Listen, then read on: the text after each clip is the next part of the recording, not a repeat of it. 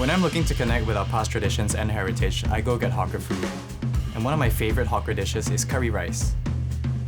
I recently heard that Hawker Lu, which has been cooking the same family curry recipe for the last 76 years, is adding a piece of the future to its menu for a limited time. Wow, check that out. So as you can see here, I have the good meat cultivated chicken done in the style of Lu's Hainanese curry.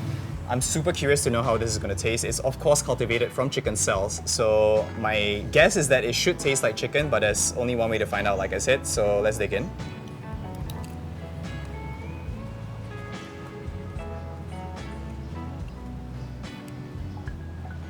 It's very easy to eat, very light. It's got quite a mild taste, generally like how chicken tastes. The batter is really nice, it's got that crispy edge to it, and the meat is of course quite soft.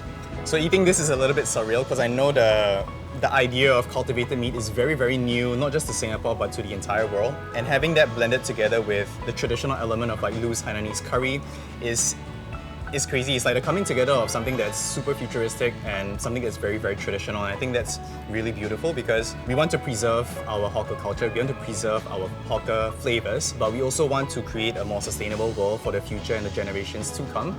And I think that's the premise of good meat, you know, to be able to cultivate meat that's sustainable, that can be scaled up. And we don't really have to consider the ethical considerations of like slaughtering chicken. Maybe, just maybe, good meat could be the future for us.